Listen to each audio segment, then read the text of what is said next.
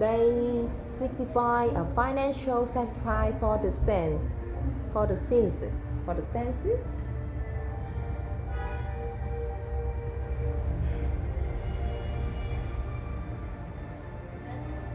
Senses.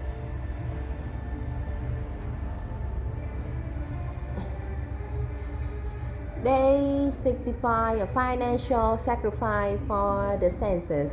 Is they signify I have just committed a minor act of financial recklessness. Do you remember when I mentioned reading the review of George Rowling memoir from Do you remember when I mentioned reading the review of George Rowling memoir from Under the Drug? Well, today I went all in. I bought the audiobook. And yes, George Rowling is the narrator. I intentionally emptied my bank account to get it. Okay, that's a bit dramatic. I still have $300,000 left. I also have less than 15 million tucked away elsewhere, but we don't count that. We don't count that. It does not exist. Technically, this was an impulsive grab rather than impulsive grab rather than calculated move. But strangely enough, I don't feel a single ounce of regret. Not even a tiny bit. I wanted this book since last week, and when I saw the audiobook narrated by the man himself was $100,000 cheaper than the ebook.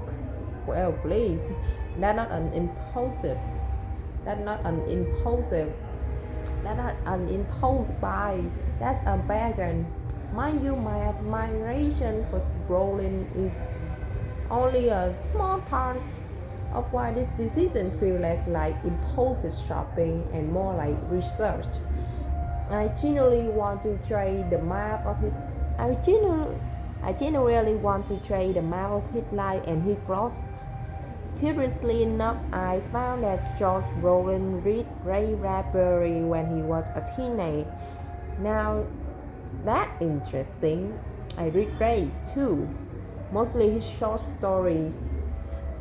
To be honest, I was not impressed with Fahrenheit. How do you spell that? How do you pronounce this word?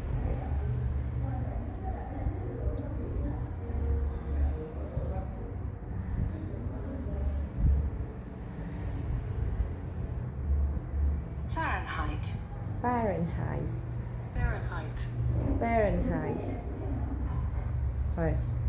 To be honest, I was not that impressed with Fahrenheit 451, but Ray's short fiction has been a massive influence on my own writing journey.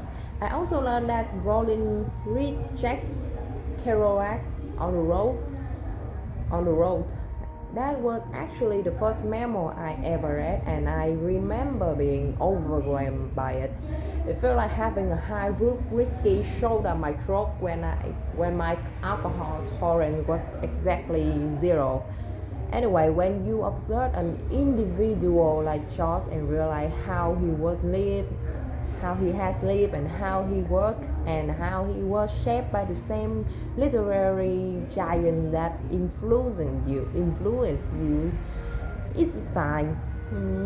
I'm fairly certain this audiobook is going to be a fascinating journey. After all, those first 17 pages of the review already gave me more than enough to think about. So here I am, $500,000 in the bank, but George Rowling voice in my ears. I have called that a fair trade. Called that a fair trade.